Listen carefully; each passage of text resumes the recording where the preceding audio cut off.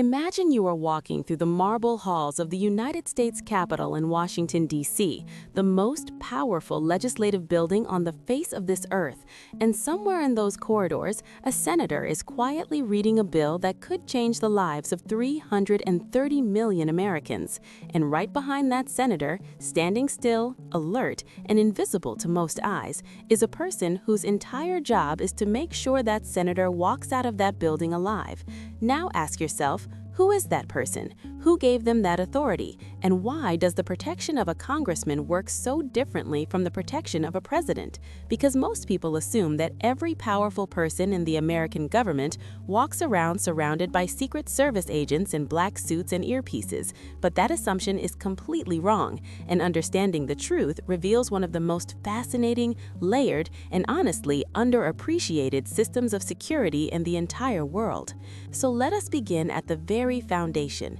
because the protection of congressmen in the United States is not handled by the Secret Service, not at all. Instead, it is primarily the responsibility of a federal law enforcement agency that most ordinary Americans have never heard of in detail, and that agency is called the United States Capitol Police, commonly known as the USCT. And this agency is extraordinary because it is the only law enforcement body in the entire country that is appointed directly by the legislative branch of the federal government, meaning Congress essentially created and funds its own police force, which makes perfect sense when you think about it, because the principle of separation of powers in the American system means that the legislature must be independent even in how it protects itself. And the Capitol Police, as of recent years, operates on an annual budget of over $700 million,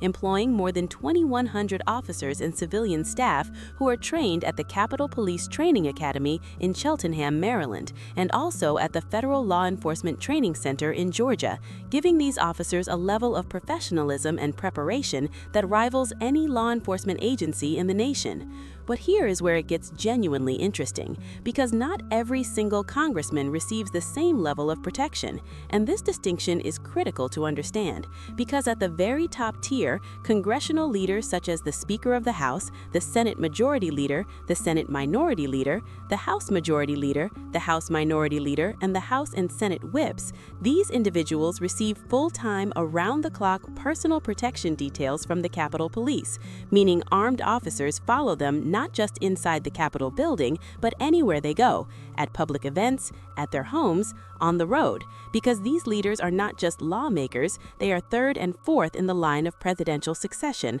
and their safety is therefore tied directly to the continuity of American government itself. And then there is a second tier, which includes rank-and-file members of Congress, meaning the ordinary senators and representatives who are not in leadership positions. And for these individuals, the protection system works very differently, because they do not automatically receive a personal security detail. Instead, the Capitol Police conducts what is called a risk analysis, a careful and individualized threat assessment for each member. And if that assessment reveals a credible danger, for example, a pattern of violent threats on social media,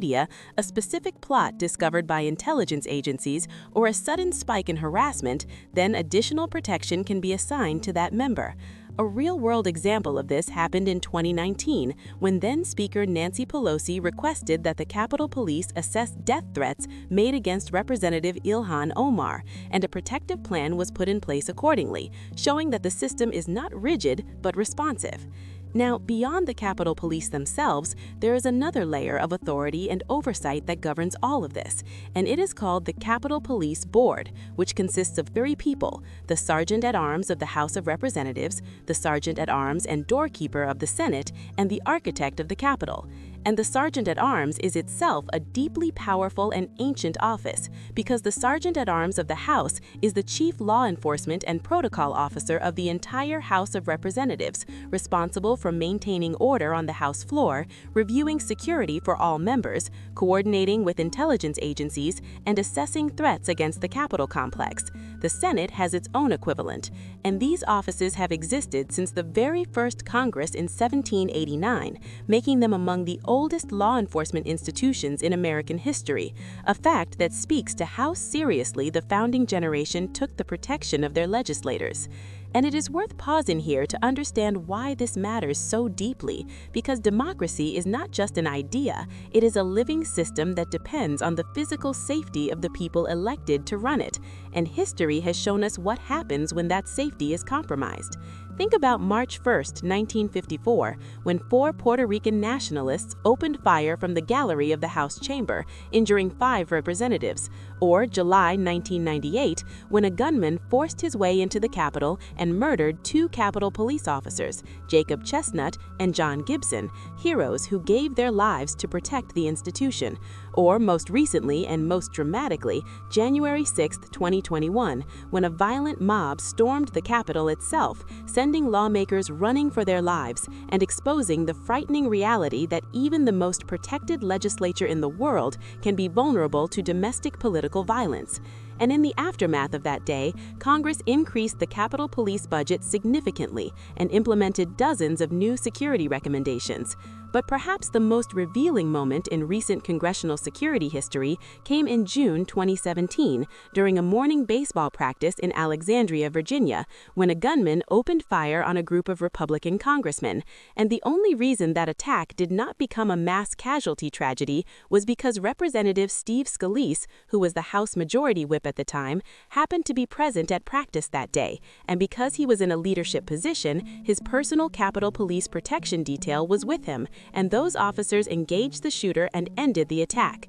with Senator Rand Paul later saying on national television that without those officers returning fire, everyone there would have been completely vulnerable. So the lesson here is clear, and it is this: the system that protects American lawmakers is not simple, it is not uniform, and it is not perfect, but it is a carefully constructed architecture of federal law, institutional history, threat intelligence, and human courage, built layer by layer over 200 years of hard lessons. And the next time you see a congressman walking through an airport, or speaking at a town hall, or standing at a podium, remember that behind that ordinary moment is an extraordinary invisible network of protection, because democracy, at its most basic level, is only as strong as the safety of the people choose to lead them. And that responsibility this nation takes seriously, every single day.